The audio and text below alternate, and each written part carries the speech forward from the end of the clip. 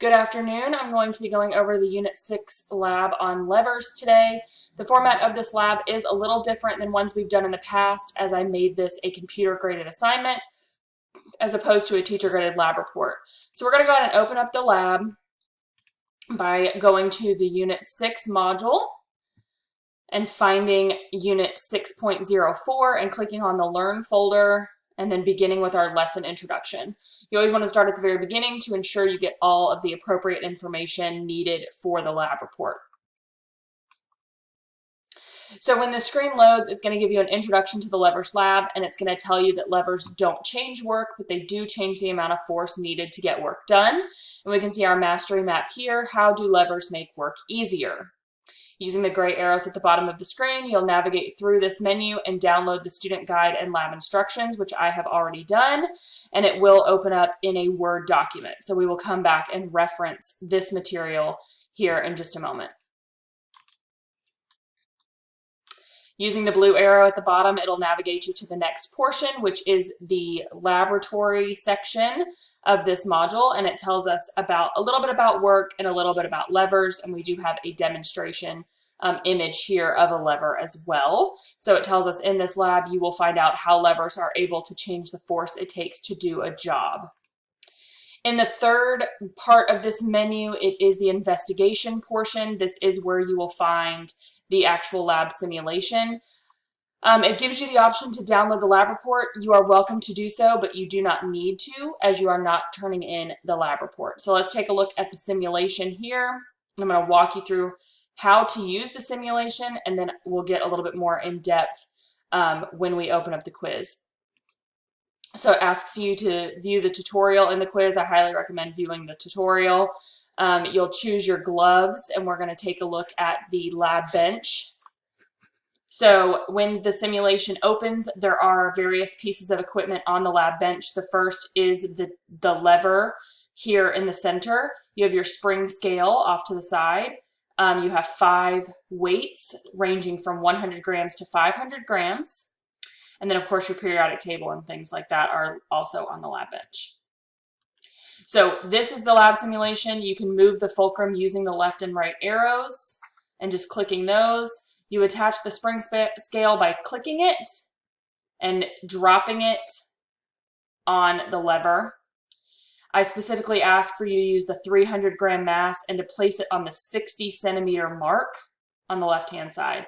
If you don't place it in the appropriate place on the lever, it will change the numbers that you get. It will change your data. So it's important that you place it on the 60 centimeter line. This will ensure that you're collecting accurate data and that you get the appropriate values. So I'm going to close this out, and we are going to view the assessment. And unfortunately, I can't show you the assessment in this view.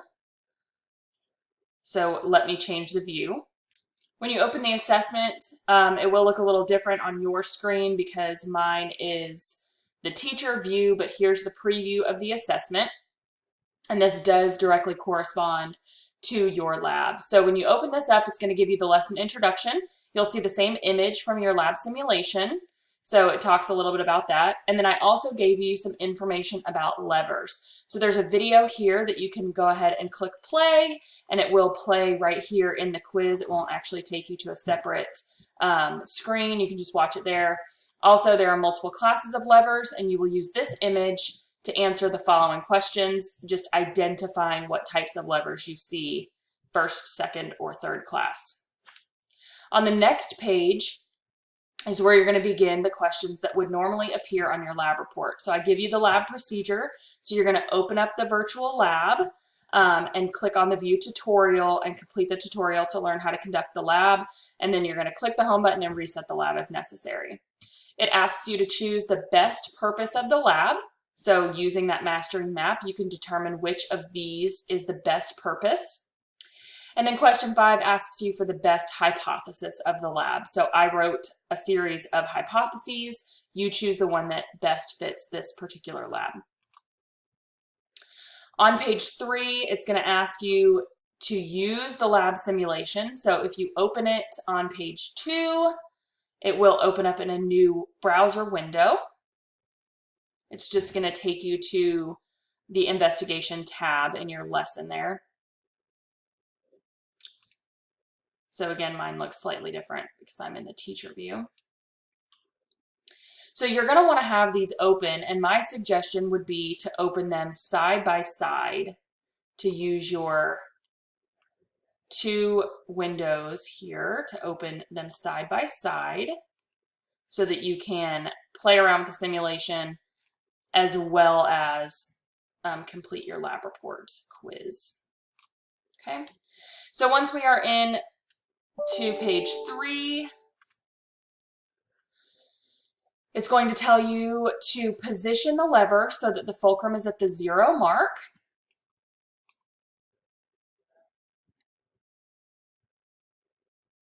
So we are going to go ahead and do that.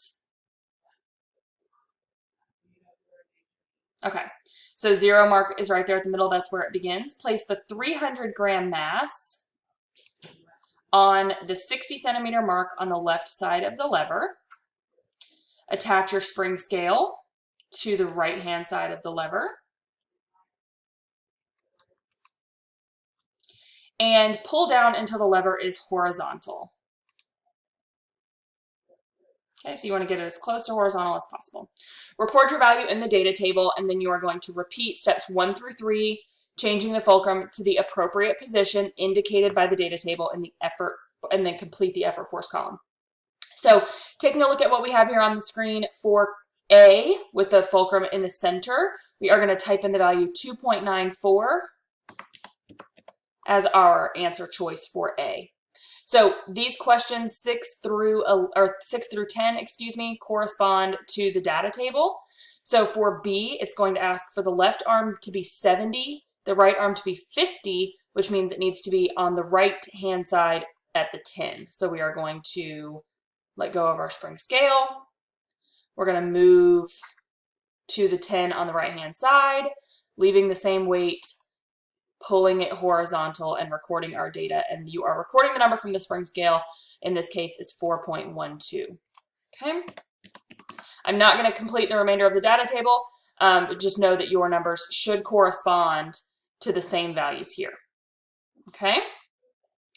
Finally, once you complete this, you will look at the conclusions that you have here. Which of the following best explains how the position of the fulcrum affects the effort force to lift the mass? And you'll choose your question and submit your quiz. Okay, so once you've submitted your quiz, it will give you an immediate grade. You will be able to review your questions to see which ones you got correct or incorrect. And I got a score of 2 out of 11. So you can see that my first 2 data points, A and B, are both correct. Okay, you may complete this quiz as many times as you need to get a passing score. Your student guide does provide the information here, but it doesn't specifically tell you which mass to use, which I do ask in the quiz. If you have any further questions, please feel free to send me an email or complete the lab help form, but this hopefully explained the Unit 6 lab to you appropriately. Thanks so much.